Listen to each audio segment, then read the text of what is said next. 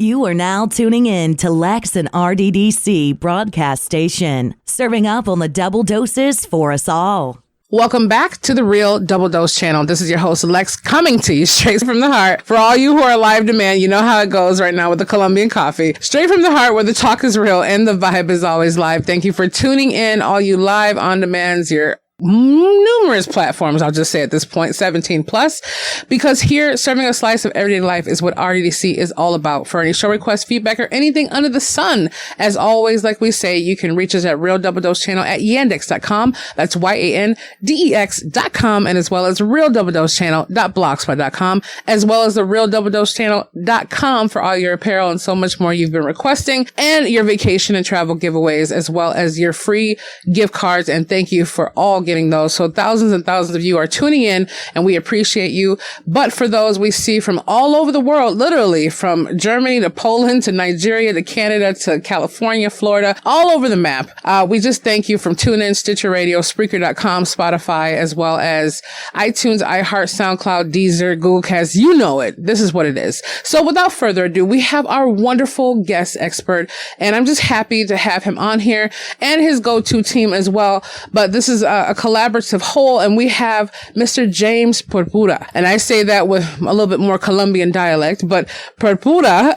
So he's on here with us today and gracing us with his presence. And his book is Perception, Seeing is Not About Believing. And it's a synopsis, the journey of transformation, nothing short of extraordinary, definitely. And I was reading that and it was getting me to the point where I was on the edge of my seat. And I just told my mom and like 10 other people between yesterday and today, that is something I have to really dive deep into. And it's a beautiful, beautiful ensemble. So before, and this is James and Steph I'm speaking about here. She might come on with us later down the line, but right now I'm going to speak as a team into existence. But before they met 15 years ago, both James and Steph Purpura's lives had hit rock bottom. And each of them were financially, emotionally, and spiritually bankrupt at the lowest point in their lives. They met and shared a vision of creating a life beyond their wildest dreams. Very hopeful, and they helped each other to personally evolve, clearing away barriers to self-fulfillment, using the power of perception to change self-limiting beliefs, which we all need, enabling them to better sense and take advantage of opportunities like having the world unfold in front of them. So this is from James at Powerful You, and that's -u.com. How are you doing, James? I am fantastic, and I just want to say that you have wonderful energy. Really? And I'm just glad to be swimming in it right now. That your energy is uplifting and it's incredible. Oh, thank you. I thought I was a little too over the top.com. You know, it's funny when a part of the Colombian drinks Colombian coffee. Like, I just saying. Absolutely. And I love the way you say our name. I'm just going to have you announce this on every stage we go on. Purpura. James and Steph Purpura, everybody. Welcome. Right. I will gladly go over there and take several seats just to do that because I was gravitating towards the energy. You actually mentored me. Being able to read just even the intro part, I'm like, whoa, wait a minute. It was kind of like Airbender. It threw me and I'm like, what is it? Wait, let me rewind. I'm like, oh man, I'm like, what happens next? And for the fact that it's a real life story, that makes it 10 times more. And coming from the person itself, I mean, we like our movies and we like different stuff too, but hearing the person go through it and writing it, that inspired me. And I'm like, I was chomping at the bit. I actually couldn't sleep till about 4 a.m. So I was like, man, I need to get him. I'm like, he better come. And I'm like, no, I'd be here for sure. You know, it's interesting because somebody had walked in my office and mentioned, you could start off with this. And I'm like, well, I'm going to do that. And I'm only going to give you credit once. So it's my idea from now on. But, one of the things we have to understand, Lex, is we're fighting in a battle for attention, right? Yeah. And so we have a book and a movie of the same title. And we punch you right in the face when it starts, right? Yeah. Both of them. And the point is because we want to draw you into the story as quickly as possible. We want to get your interest up. So we start in the middle, we go back to the beginning, and then we end, at the ending, of course. But, that's the idea is to go, okay, well, these two people are in this very precarious, bad spot in the world, right? Uh-huh. And things don't look good. And then we go back to the story about how they got there. And then how how this story ends up at the end. And what we discovered when we filmed the content for the movie, we actually showed that content at an event. And the way we write our book and we filmed our movie is it's really story based. It reads like a novel. Yeah. And it's very simple language. We don't want anybody to get lost in the words. And the whole idea is that, when you tell a story and you tell it from the heart, it opens up people's minds to hear the content that's associated with it. Yeah, exactly. I think the sensitivity level is a lot more open too now. And I've noticed a whole lot more, especially since I know our little infamous friend, COVID-19. I get it. But at the same time, like, people are paying attention a lot more. They're starting to have their feelings resonate. Like, for me, I felt like I had this energy burst of like, quieting the mind. Cause that's the problem I have too, where I'm like, okay, between being able to have the opportunity to work with like right now about several plus maybe almost 10 different, federal and state prisons, and being able to, get inside the walls, inside the cells with the brothers and sisters of the world, from the rainbow, and being able to get inside their minds. This right here is definitely something I've been trying to put like a goodie package together for wardens and different ones to be like, hey, this is what needs to be rehabilitation, not just cells and holes and hey, let's reprimand you, but something to where we can stop, or people who are fearful of those can start making sure people heal themselves from the inside out. Because when I read that, the playing the end game, the No Way Out, just from that alone, I was like, oh, what's up with this? Like, this is a life thriller. Like, stop right now. I wanted to jump over there and call you and Steph like in the middle of the night and be like, hey, I know I have to say hello, but like, tell me more. I'm very hungry for wisdom, knowledge, and people's experience. To me, it's like, I don't know. That's like the spiritual candy of the earth, to be able to go through that. So definitely, I mean, for you and Steph to come together, and be able to have that, I mean, from that whole rollout, that's epic. Wow. Well, and it's tough. So just to kind of give the viewers context, or the listeners context, so the book starts off with the story of me being slammed into a solitary confinement cell and Steph hanging herself, just to kind of tell you how hard-hitting it is. Epic, yes, epic. Yeah, and it's absolutely a true story, and it takes through the narratives of our childhood traumas, and then, over the last few years, how we've been able to kind of overcome that and create a beautiful life for ourselves. And, we give all the tips and tricks and ideas and concepts for people to do that. So I love the fact that you said you're working in prisons. I don't know if you've seen the movie yet, but you should watch it. I believe our movie should be shown in every prison, every drug rehab, yes. every high school in the country. Yes. Right? Because, unlike most personal development books or self-help books, this really isn't a self-help book or a personal development book. It's kind of an instruction guide on living. I think that a lot of people think that that life's a mystery. They don't really understand it. They're very confused by their experiences. But what we break down in the book is, given everything you've been through, your life makes perfect sense.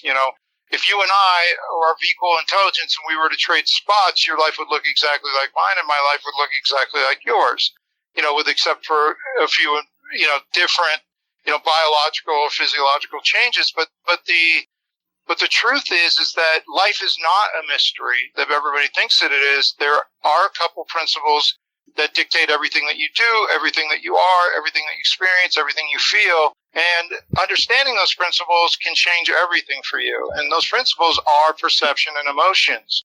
And so we take a deep dive into what these principles mean. I mean, I think everybody fundamentally understands these two concepts, but they don't really understand how they work. And if you don't really understand how they work, you don't really understand how life works. No. And that's it. Period. And once you become a master of those things, you can master your life and your experiences, and you can build, have, or do, or experience anything that you want. Yeah, absolutely. That's why I love too, about when you guys had that. I know Angela, everybody knows Angela for all intents and purposes, Real Double Dose Channel's, email, blog lady. whoever she does, we love her. She does her thing. But at the same time, like with the question, she was like, I really love that. Why do we sometimes, not see ourselves as others see us? And that's what it is. Like, I remember from the beginning, because my mom, even though she retired from the federal and the other government after like 50 something years of working, she still dedicated 20 plus years to going to the federal prisons. And if COVID wasn't happening, she'd still be doing that too. But we do it from a different point with some of the chaplains. And I was supposed to actually be a chaplain. The whole thing with that, because people ask us, what are you doing, Real Double Dose channel? This, I'm like, well, if it's not, mentoring or free mentoring, if it's not reaching out to those and having those reach out to us, if it's not going out there on the mission, it's about 7 different things collaboratively, but it all comes back to 1. So 1 equals 1 million to us. But that's the whole thing I see a lot of, between when we got a chance to come in there and start having people say, well, there's no help for this person or this person. They're just constantly on a rampage. They got 20 years ahead of them. I got 2 COs with a broken nose and all this stuff.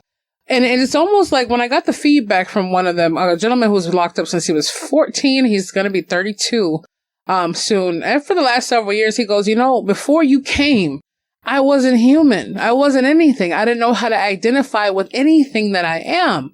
And a lot of them said, thank you for letting me feel human. And then all of a sudden it gets to the point where they start becoming afraid of themselves once their mind starts opening up to the reality of them having more control over it. So I'm glad that this came, because I'm like, if they saw that, first of all, they can relate to it, because you and Steph, you put all that into where they're coming from a background, most likely from things that are happening of that nature.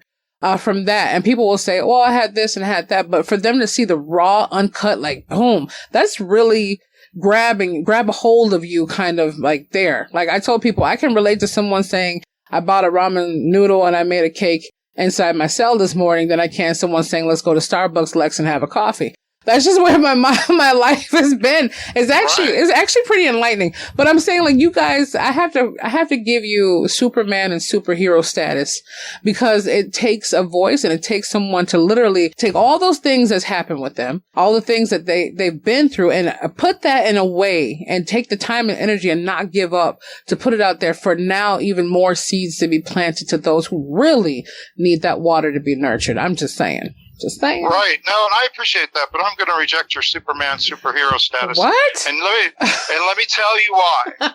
Because if I in any way think that I'm on some type of pedestal, and I know that's not what your intention was, but the whole James. theme of our book is that anybody can do it.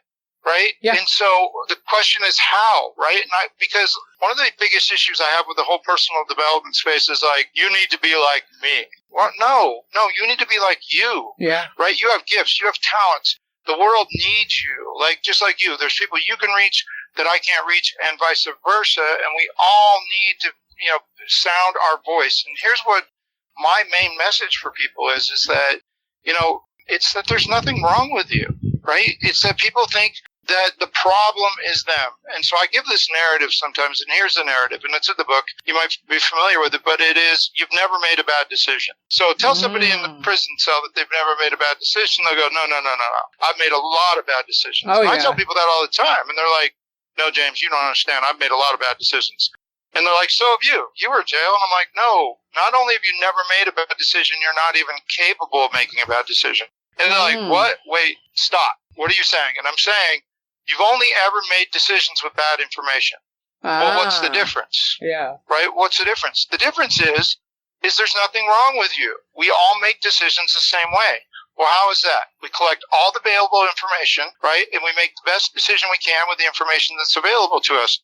A bad decision, Lex, would be starting off the decision-making process saying, all right, now I'm going to make a decision I know is against my best interest, right? So people say to me, well, you were a drug addict, right? Was that a bad decision? I'm like, not if the other option was killing myself. Yeah, right? Very true. Right? And so if you look at, every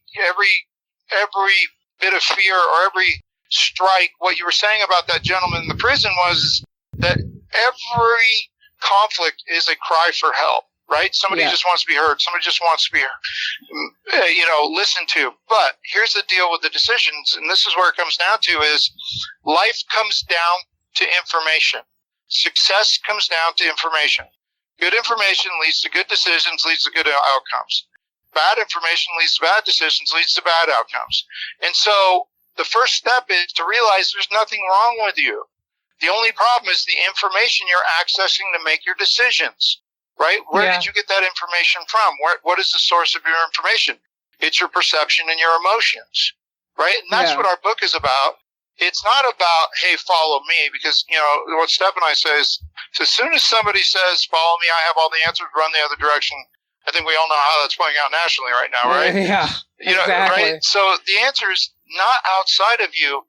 What we're doing in this book is we're saying everything that you need to do to change, everything that you need to do to grow, everything you need to be more is already inside of you. We're going to give you a tour of what's going on so that you can adapt and change and embrace all the power that's already there inside of you, right?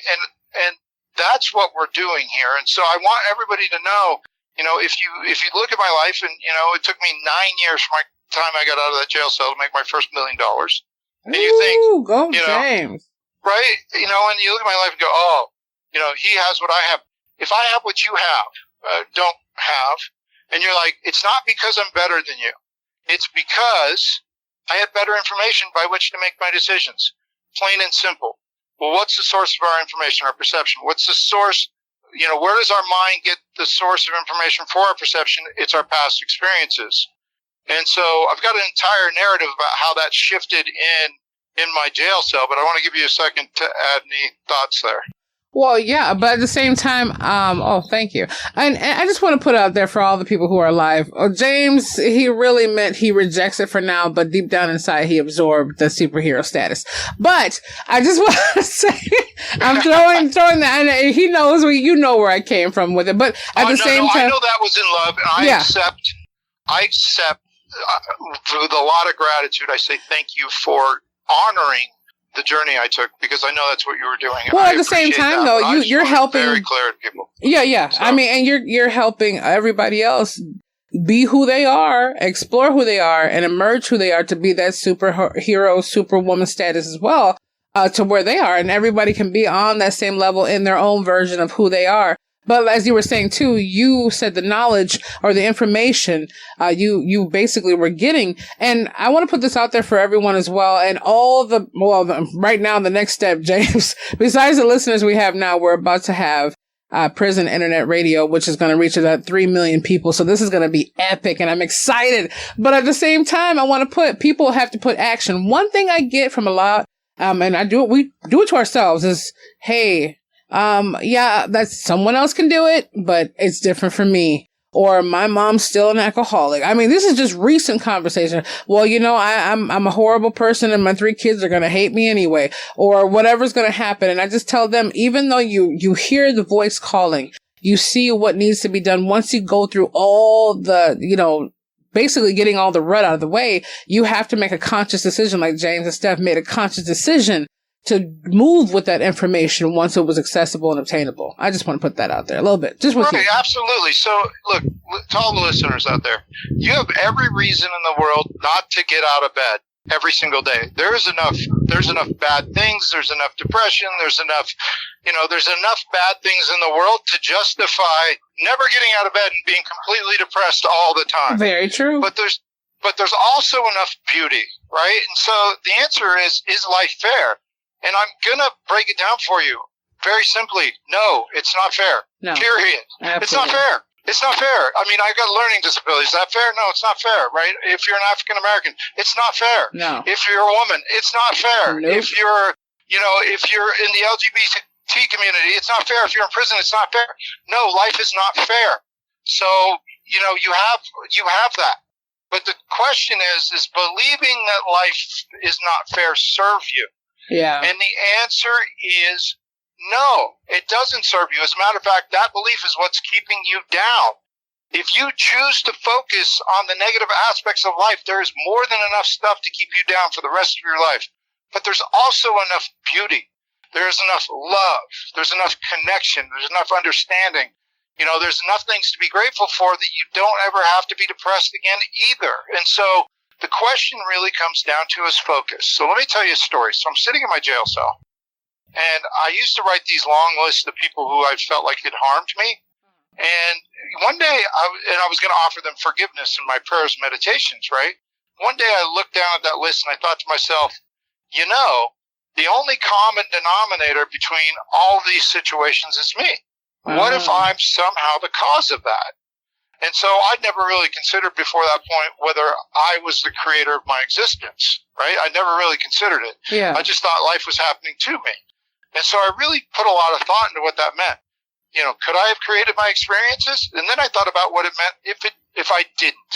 Well, here's the truth. Bad things had happened to me. Bad things happen to good people all the time. And so if I wasn't the creator of my experience, then that meant the world really was a terrible place, and I probably didn't want to play anymore because a lot of bad things had happened to me. But if I was, right, what did that mean? It meant that if I could figure out how I created my experience, then I could create something new and magical in its place. But it meant that everything on that page I was looking at, I had to take responsibility for. I had to say it was my fault. Yeah. Right? And I was like, well, I wasn't much into killing myself, so I decided, I'm going to decide I created all this. So I owned responsibility for all the things. And that's kind of the first step, is taking ownership of your life. Yeah.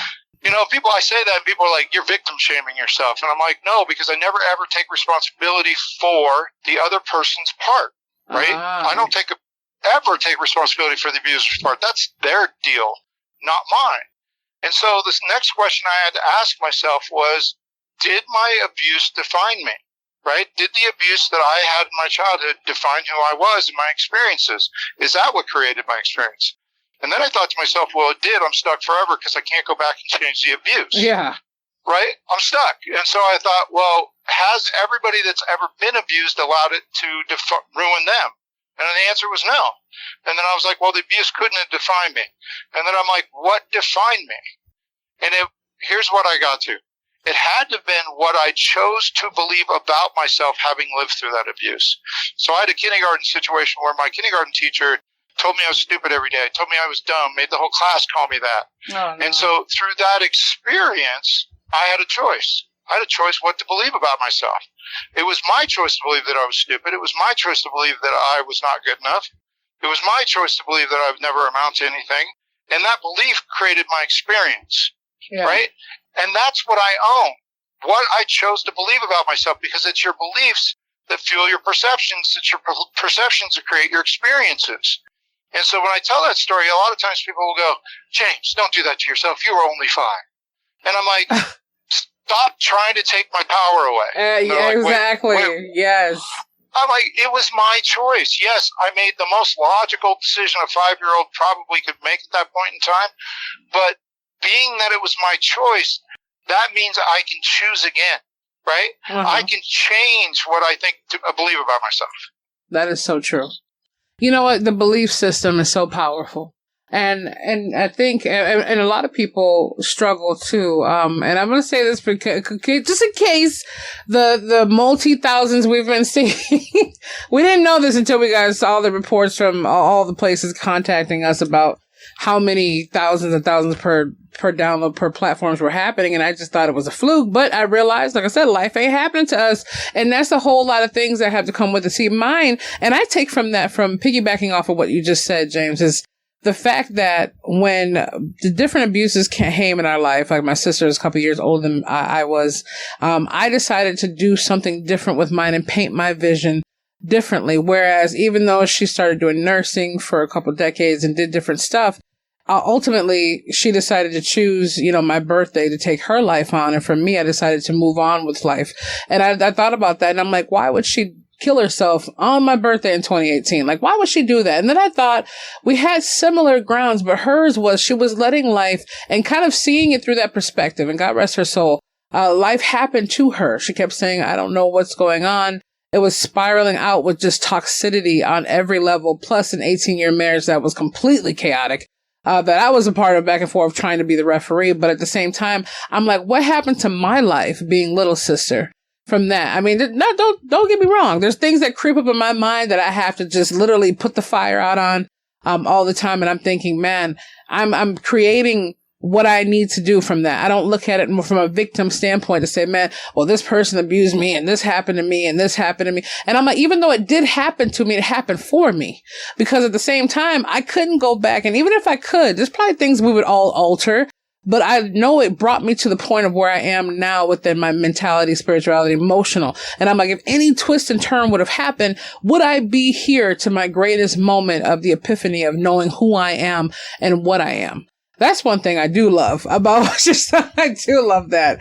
Absolutely. I'm just saying. I think about the perception of people too. I'm like, man, I wonder is someone looking at me right now wondering, why did she wear that pink shirt today?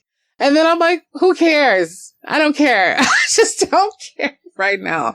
But you know what I mean. Right. Yeah, no, you know. No, I do know what you mean. So let's, you said a lot there. First of all, I want to say sorry about your sister because I know the pain associated with that. My best friend killed himself about 3 years ago. Oh, wow. I'm sorry, James. As it relates to your sisters, I've got a little bit more poignant story. So in January of 2019, my wife and I, we developed this technique called the emotional integration technique, and we decided that we'd wake up every morning super early in 2019, and we would do this work.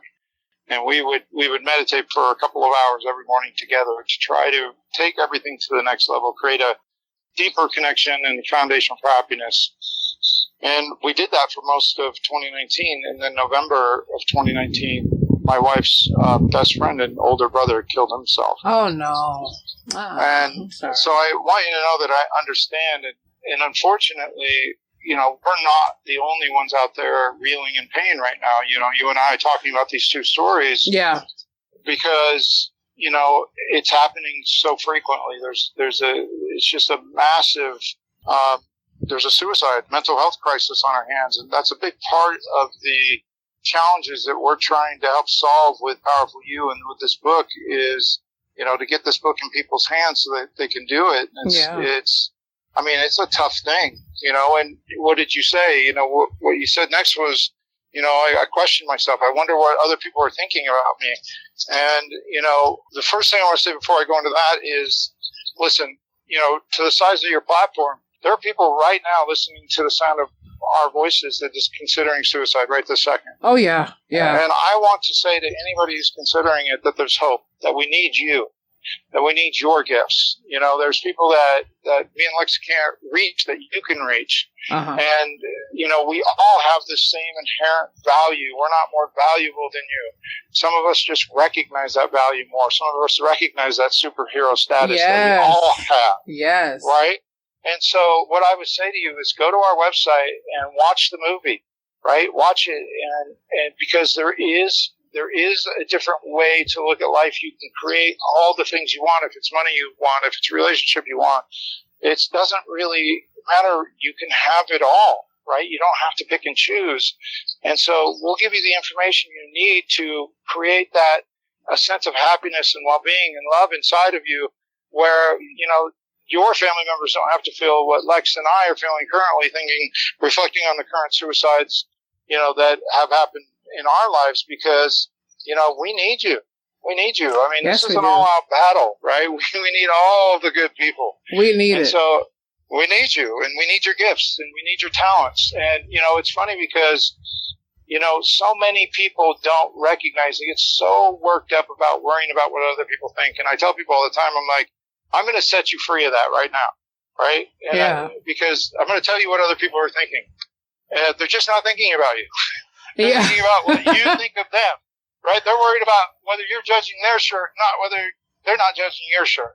Yeah. Right? And of course, people have very short-term judgments, but that's very fleeting. Most people are walking around obsessively worried about what other people think of them, right? That's what everybody's doing. And so the answer is, they're not thinking about you, right? You should be thinking about you, not thinking about what they're thinking about you. And so the question is what should you be thinking about? And that's what our book's about. It's about the idea of, it's who are you? If I asked most people who they were, they'd go, I don't know. There's that thing. It's like I'm the sum total of my experiences, but that's actually not true because your beliefs create your experiences. So your experiences are the sum total of your beliefs. You are what you believe yourself to be. period. Yeah. Now the question is, what do you believe yourself to be? Right? And it's like, well, I don't feel like I'm good enough. Well, who gave you that opinion? Right? Whose opinion is that? Is that somebody you didn't like from your childhood? Is that whose opinion gets to decide who you are? Right? Well, I'm not good enough. I'm not good looking enough. I'm not smart enough. I'm not anything. It's like everybody's walking around with this complex of I'm not good enough. Look, I'm just going to, I think they feel like there's going to be some court at some point in time in our life. They're going to be like, you, Lex, are not good enough. They're going to slam the hammer down.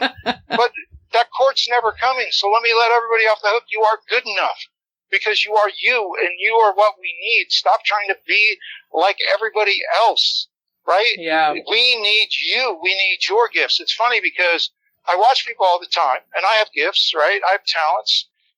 My gift is, I have really good logic and I'm a really good problem solver. And if I'm passionate, I can be persuasive, right? But I see other people's gifts. I'm like, oh, those are some cool gifts, right? Yeah. But those gifts have no more or less inherent values than my gifts. They're just different. And thank goodness they're different because we need all the gifts. Yeah. Right? That's true. We need your gifts. And so, it's funny. And here's one of the things that people fail to realize is there's a huge difference between successful people and people who aren't as successful. Successful people focus on their strengths, their gifts, right? Yeah. And people that aren't as successful actually focus on their weaknesses because they think they're vulnerable because they can't do certain things, right? And so, it's funny because when I got out of jail, I went to vocational rehab, went down and they gave me a voucher for community college. So I go to the community college and I take the entrance exam and I get out and I'm done. And the lady calls me in the back. She goes, sir, you can't go to school here. I said, why not? She goes, you didn't score high enough on any of these tests to pass a single class here. The highest level was 5th grade on any of the tests. Uh-huh. And so what's the story? It's like, that could have been all the information I need. Well, I'm just not smart enough. Sorry, I'm not going to be successful. And so what did I do? Did I go to the, library and read all the books and have this great triumph how I graduated top of community college? No. Yeah. I said, well, I'm not good at school. I've never been good at school. I'm not good at writing. I can't spell. I'm dyslexic, right? I'm not good at math. I'm not good at any of those things. Does that mean I can't be successful? Well, no, it doesn't mean that. What does it mean? It means I'm not good at going to community college. Exactly. Right? What am I good at? I'm good at solving problems, right? Yeah. And if I am passionate about something, I can be persuasive. And so I was like, well, I'll go into sales. They don't give a shit if I can read or write or spell, right? They just want to know if I can sell. Exactly. And sure enough, I could sell. And so today, as I speak to you today, I'm a little better at some things, but nothing has even gotten into junior high school level. So, I have everything a person could dream of, millions of dollars, beautiful houses, all those things, but I didn't have to go to college to do that. No. So if you're sitting there thinking to yourself, well, I don't have what it takes, then you are choosing to believe somebody else's definition of who you are. What are you good at, right? What are you passionate about? What are your gifts, right? And, those are the things that you can explore to create anything that you want, right? It's just like, I got great logic. My wife has great intuition. I wish I had great intuition and she wishes she has great logic, right?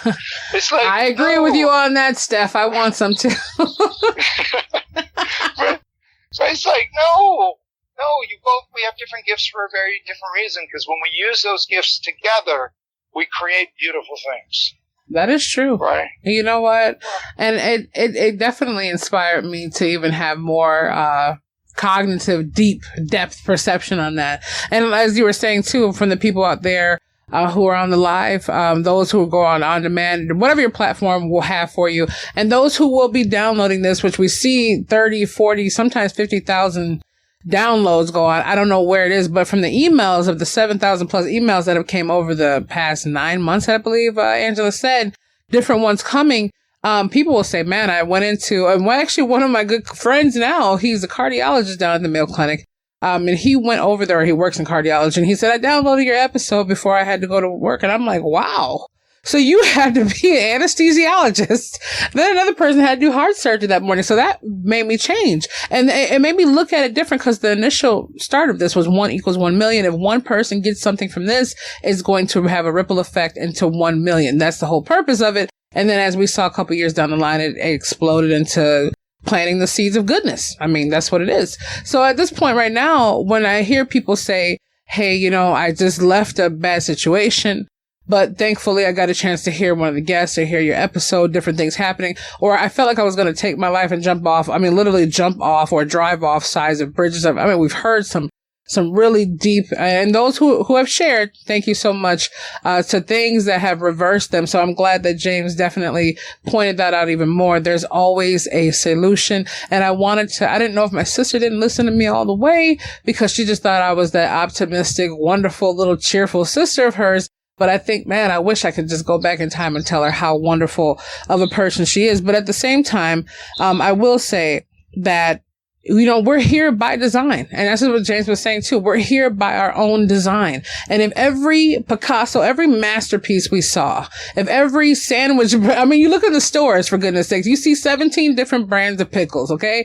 You see all kinds and you're wondering, why is there so many different kinds of the same thing? But they all have something different. Even if it's the slightest bit of salt or sweetness, whether it be the bread, it has a little bit different crust. There's always something that is uniquely here for what's going on with us. And like James was saying also, where his status is now, being able to be, you know, well off to having what he has designed, because he's here by design and used his design for himself and the blueprint of him and his wife. They have what they need to have because they simply invested into, you know, giving in to get out the investment of who they are, being able to reap what you sow. And if we're sitting out there putting negative conflict, negative energy, negative words and everything else that we're planting, we really can't expect the soil to be too rich.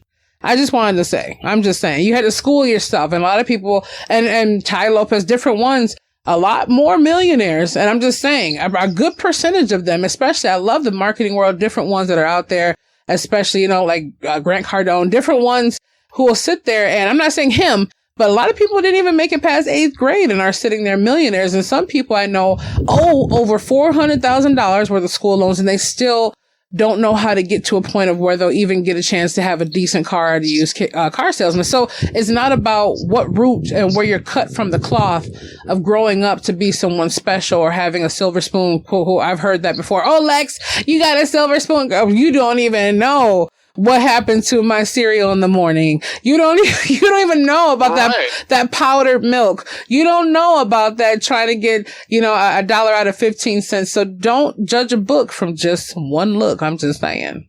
Well, yeah, it's funny because now people assume I came from money, and I'm like, it's like we didn't have electricity for months when I was a kid, right? I mean, literally. Yeah. Thank goodness we lived in California, so the showers weren't too cold. Exactly. Listen, here's what I want. I'm going to challenge your listeners on something very easy before we wrap up, and it's this. You know, can you have the thing that you want most in the world sitting right in front of your face and just not see it? What do you think, Lex? Can you? Yes, definitely. Okay. I tell people that all the time, like, nope, I'd see it. And so I'm going to tell you a simple story. I want you to imagine a man. This man wants more than anything to be loved. He wants to be in a relationship. Except this man has abysmal self-esteem, just a really poor self-image of himself. One day, he walks into a store, he walks up to the counter, and the girl behind the counter starts flirting with him. My question for you, Lex, is, does he recognize the girl is flirting with him? Is that a trick question?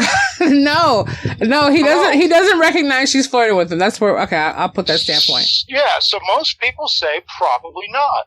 And if you answered no or probably not, you understand how perception works. But the question is, well, what do you mean? You know, what's reality? Reality is the girl's flirting with him. He doesn't see it. Well, why doesn't he see it? Because I said he had low self-esteem. So, but here's the more alarming question. If this man can have the thing he wants most in the world sitting right in front of his face and just not see it, what if that's happening to you? And that's the trick, to understand that is happening to you every single day. This isn't just a cute story. And that's why our book is called Perception, Seeing is Not Believing. Because why doesn't he see it? Well, what does he see?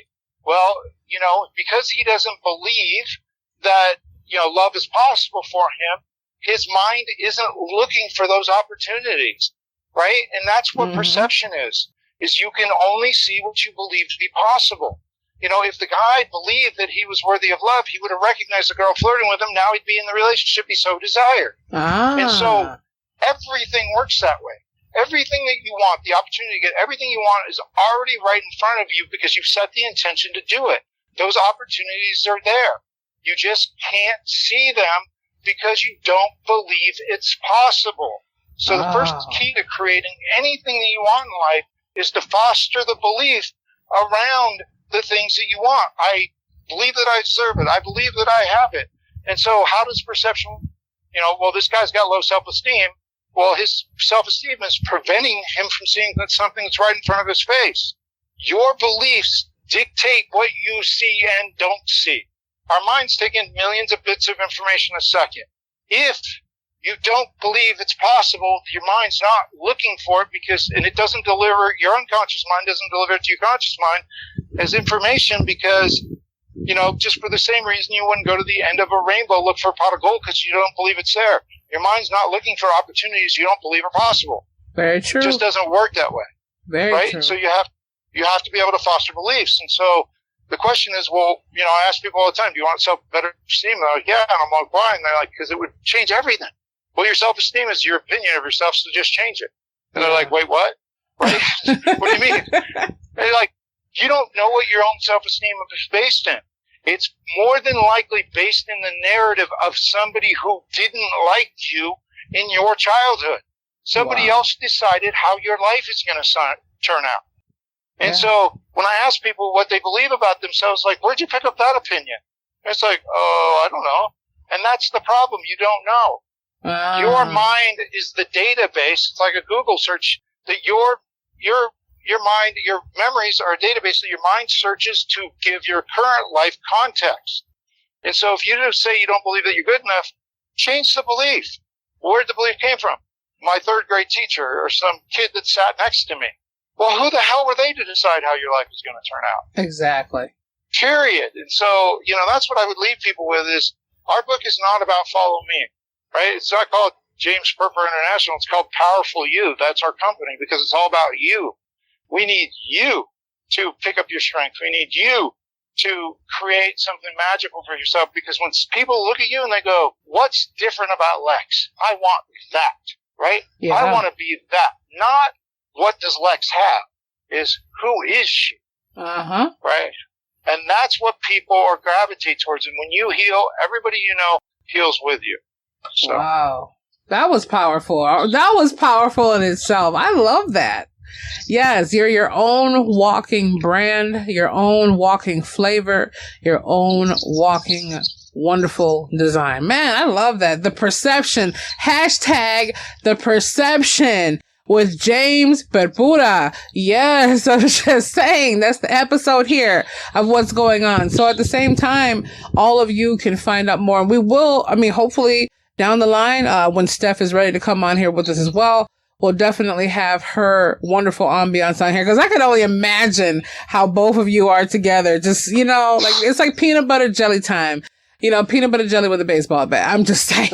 She's all about the stories. I'm all about the content. And where it makes it perfect, she's just a light, my love, and everything I could ever want. But she seems like listen, that balance. We're filming, we're watching for a very limited time. You can watch our movie for free on our website, which is powerful-letteru.com.